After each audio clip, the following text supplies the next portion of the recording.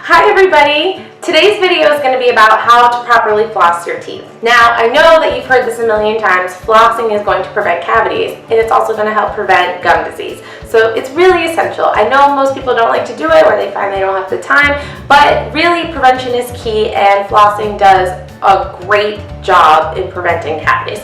So I'm going to show you how to properly floss because most of us don't actually know how to properly floss, which can lead to a reason why we're not actually flossing. We get frustrated, we don't like it, it hurts, our gums bleed, whatever the case may be. I'm going to teach you today how to properly floss your teeth so that you don't have any trouble doing it. And you can impress your hygienist when you come in for your next recall. So with that being said, the first mistake that most people make is not getting enough floss. You want to get about an arm's length of floss. Give yourself enough floss. Be generous. The reason being is because when we use too little floss, we tend to reuse dirty areas, so we're reintroducing bacteria. Plus, we can't really get a good grip around the floss to properly floss those back teeth. So please be generous, give yourself enough floss. So there's a lot of different types of floss that you can use. I like to use the Glide floss, but really it's your preference. Waxed, unwaxed. I tend to like Glide just because it glides in between the teeth a little bit easier. Patients really like it. It doesn't shred as much, but really the type of floss is up to you as long as you think that it's effective. If you have any questions, ask your hygienist. Another mistake that a lot of people make is wrapping the floss around their index fingers. What you actually want to do is wrap the floss around your middle fingers. This being said, you want to anchor the floss this way so that you can use your index fingers and your thumbs to manipulate the floss. You're going to get a more sturdy hold and you're going to be able to manipulate the floss easier. So arms like the floss, you want to take about 10 inches or so in your hand and then you want to wrap it around your middle fingers and leave about a finger's length of floss in between. That being said, use your index fingers and your thumbs to manipulate the floss. Now, one trick to get to those back teeth is that you want to extend those fingers and swoop it around. That way I can get all the way back here and work my way from the back all the way to the front and then down and all the way around. Another mistake that most people make is that when they floss, they kind of floss all over the place. Now this is a problem because most of the time you're going to miss areas. So I always recommend that my patients start in the very back of the teeth. Doesn't matter what side, you can start top, bottom, left, right, whatever. Start at the back, work your way all the way one by one, flossing each individual tooth, dropping down to each individual tooth until you're done.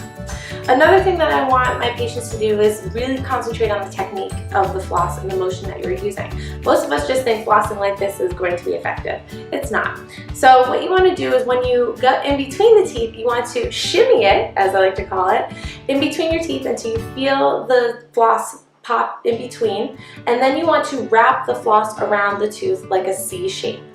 Reason being is that if it's nice and straight, you're not getting as much surface area. Teeth are round, so you want to round the floss around them so that you get as much plaque off of the teeth as possible.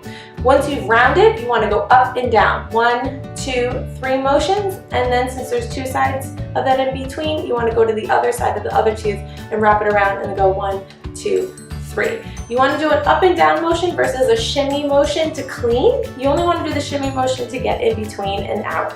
Or initially, but you actually want to do an up and down motion to clean in between the teeth because if you think about it, if we're digging dirt out of a hole, the motion is up and down, not side to side. So you want to pull out all that plaque and bacteria from in between your teeth. Another mistake that most patients make is that once you have come out of in between the teeth from flossing, so you want to shimmy out, you don't want to rip it down because that hurts. Ow. Ow. And most people take that same piece they just used and stick it into a new place. Not good, because you're reintroducing old bacteria into a new spot. The whole point is to clean out all the bacteria throughout each pocket. So how you do that is you actually want to either do one of 2 things. You want to rinse the floss after you've used it underneath some warm water, and then you can use it again, or you can switch the floss. And how you do that is that you ravel the floss on one side and unravel on the other. This shifts the floss into a new spot, a new clean piece, so that you are always using a clean spot. This is a little tricky, so I would practice this one, and if you can't get it initially, just rinse it underneath the water. But it's really easy once you get the hang of it. Okay? And it looks kind of cool too. Good magic triggers. So another thing that I want my patients to work on is always sticking with a pattern when it comes to flossing, but you can change up the pattern. So say you're really good at starting up on the upper right side and going up and around, down and around again. Sometimes by the time we get to this spot, we're like tired and we just want to get it over with. So switch up your pattern, but make sure you stick to a pattern, meaning start from the back, work your way front, just so that you're not skipping around. But if I started on the upper right, I can start on the lower right maybe the next night. That way I'm giving this side equal amount of love and attention and not getting too tired and burnt out, because your gums will reflect whether or not you're doing a good job or not.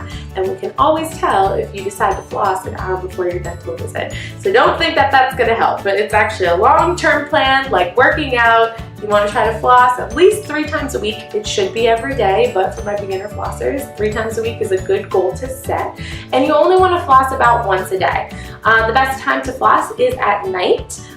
Just because you've been eating all day, all that crud is inside and between your teeth, and bacteria actually builds up every 24 hours. So that is why we want you to floss every day.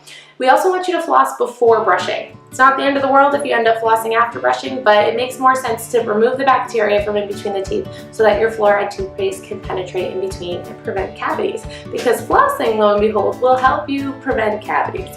And that's what we want, right? Better healthy checkups and no cavities. So trying to help you out, floss before, floss at night, and only once a day, and you should be good to go.